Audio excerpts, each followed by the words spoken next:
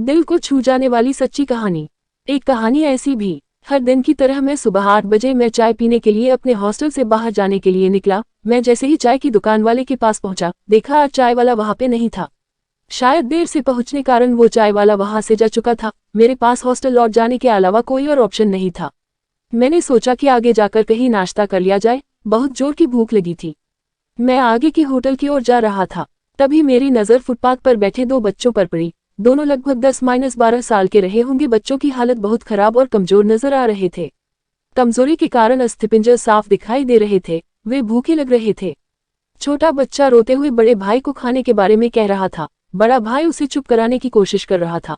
वो जानता था ना तो मेरे पास पैसे है, ना ही खाने के लिए भोजन जिससे मैं अपने छोटे भाई की भूख मिटा सकूं। वो भी लाचार बैठा भूख से पागल हो जा रहा था। मैं अचानक रुक गया। दौड़ती भागती जिंदगी में एकदम से ठहर से गए।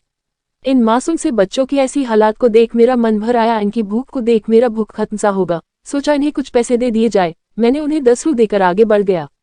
जैसे ही मैं आगे की ओर बढ़ा, मेरे मन में एक विचार आया, कितना कंजूस हूं मैं। 10 रू क्या मिलेगा, चाय तक ढंग से न मिलेगी। स्वयं पर शर्म आई, फिर वापस लौटा। मैंने मासूम से देखने वाले भूखे बच्चों से कहा, कुछ खाओगे? बच्चे थोड़े असमंजस में पड़े। मैंने कहा, बेटा मैं नाश्ता करने जा रहा हूँ, तुम भी कर लो। वे दोनों भूख के कारण तैयार हो गए। उनके कपड़े गंदे होने और ऐसी हालात में देखकर होटल वाले ने डांट दिया और भगाने लगा। मैंने कहा, भाई साहब उन्हें जो खाना है वो उन्हें 2 पैसे मैं दूंगा। मेरी बातें सुन होटल वाले ने आश्चर्य से मेरी ओर देख उसकी आंखों में उसके बर्ताव के लिए शर्म साफ दिखाई दी। बच्चों ने नाश्ता, मिठाई व लस्सी मांगी। सेल्फ सर्विस के कारण मैंने नाश्ता बच्चों को लेकर दिया। बच्चे जब खाने लगे, उनके चेहरे की खुशी देख मेरे चेहरे पे स्माइल आ गया।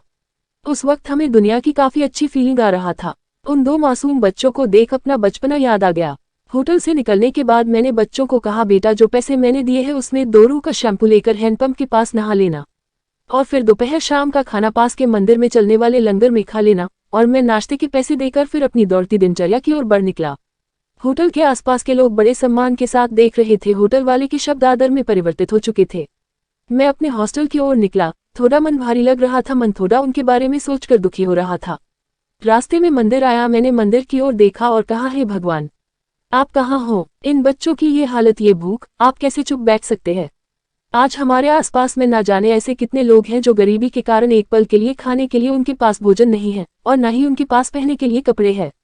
जहाँ पे इस तरह के बच्चे आपको देखे, आप उनकी मदद जरूर करें। जितना हो सके उतना मदद जरूर करें। उसके बाद आपको जो खुशी मिलेगी ना, वो और खुशी कहीं और नहीं मिलने वाली आपको।